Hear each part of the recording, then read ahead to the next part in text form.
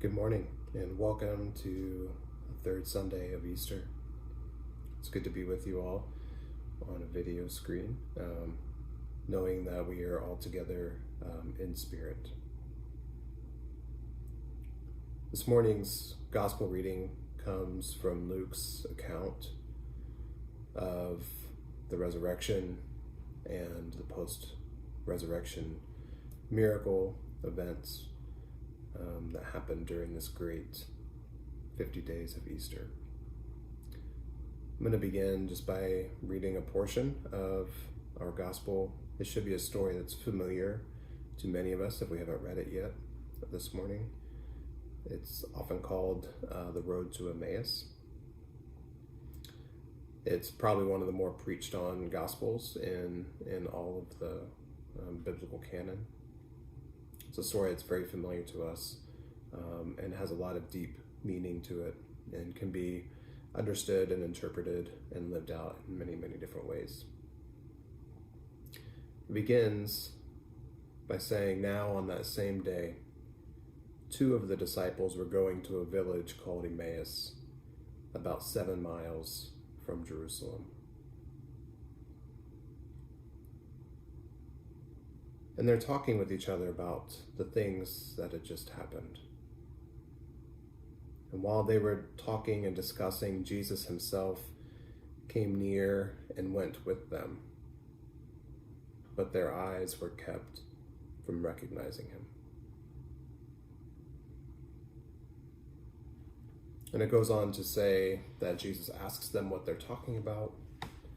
They tell him about the events that had unfolded the days prior, because when this passage says, "and on that same day," what happened that day was the women had gone to the tomb to find it empty, and they were told by an angel that Jesus was not there, that the scriptures and all that the prophets had foretold had been fulfilled, and he had been raised from the dead. So it's that day that these two disciples were on their way to a village 7 miles outside of Jerusalem. And Jesus, resurrected, shows up in their midst. But their eyes are kept from recognizing him. And they talk about the grief that they're feeling. They're talking about the confusion that they're feeling. And again, it's the week after week, whether it was through Lent or so far into Easter, it seems like these passages so easily speak to where we are right now as a world, as a community, as a society. We have a lot to grieve. And we have a lot to be confused about. Some of us don't know which news sources to believe. It seems like the medical community thinks different things at different times about COVID-19. We're grieving the loss of life in this country and around the world. We're grieving and anxious about the loss of income, wondering if our jobs will be there when we get back, whenever that is.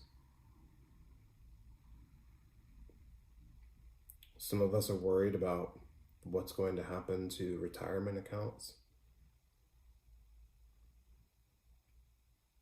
We're grieving the loss of community and being able to be together with our church families on Sunday mornings. We can be grateful that the technology is there and helps us, but seeing each other on a computer screen will never replace being together in person.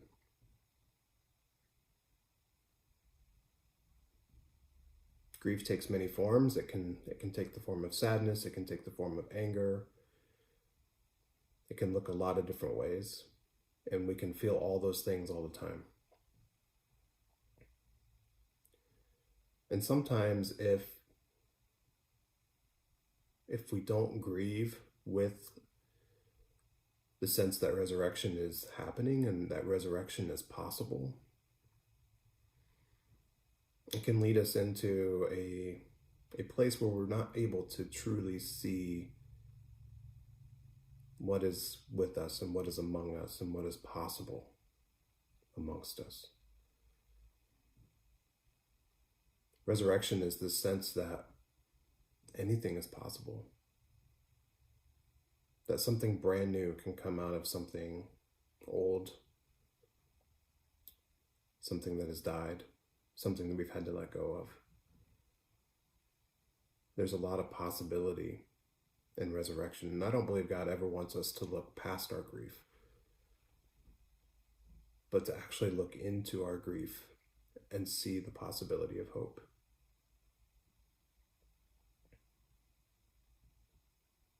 So they walk along and they're telling Jesus the story of what happened to him, but they don't know it's him. It's a wonderful movie plot twist.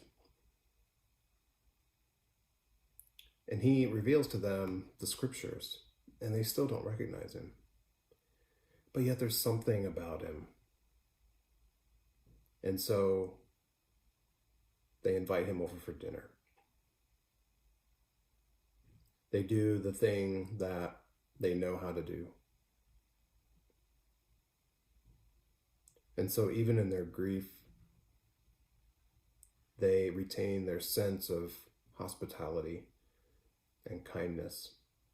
They are actually living out the way that Jesus taught them to live.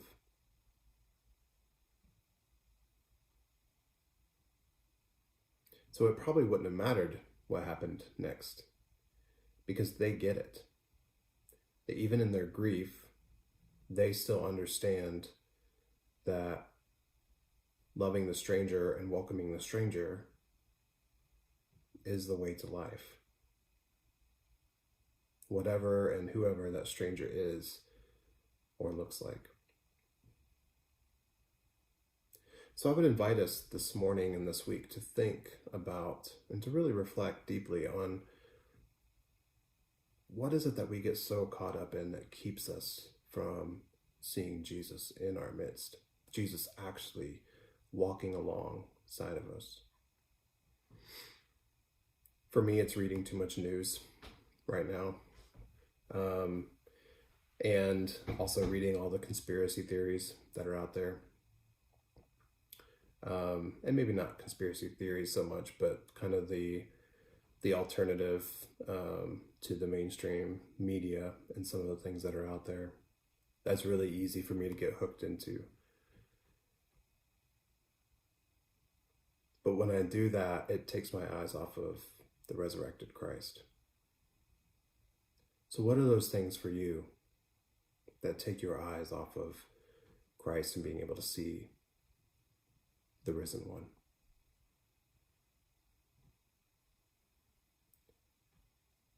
So they sit down and have dinner with Jesus. He breaks bread with them. He blesses the bread. And then he gives it to them. Then their eyes are opened. And they see who it was that had been walking with them all along. And they recognize him. And then he disappears. And they reflect and they say, there was something different about that guy.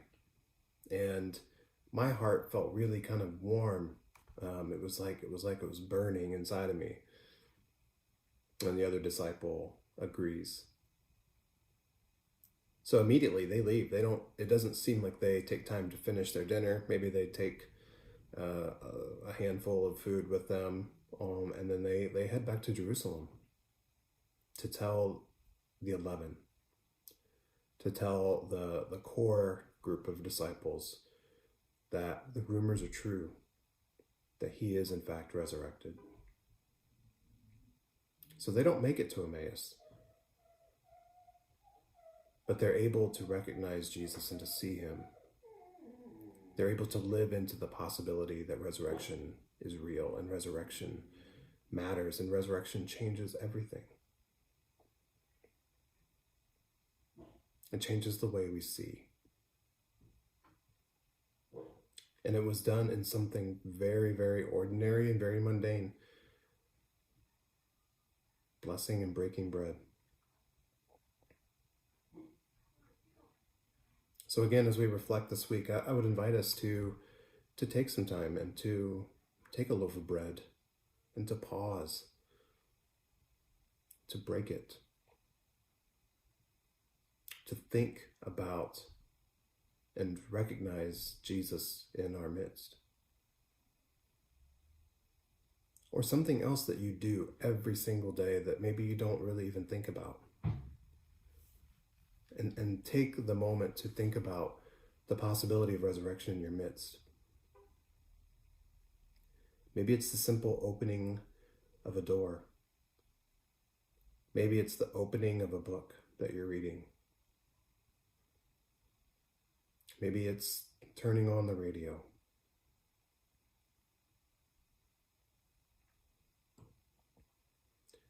Look at the mundane, look at the ordinary things, and allow ourselves to not be so distracted by what's going on in the world, and kindle the spark and the hope of resurrection for what will be after all this is behind us and we begin to move forward in a new way.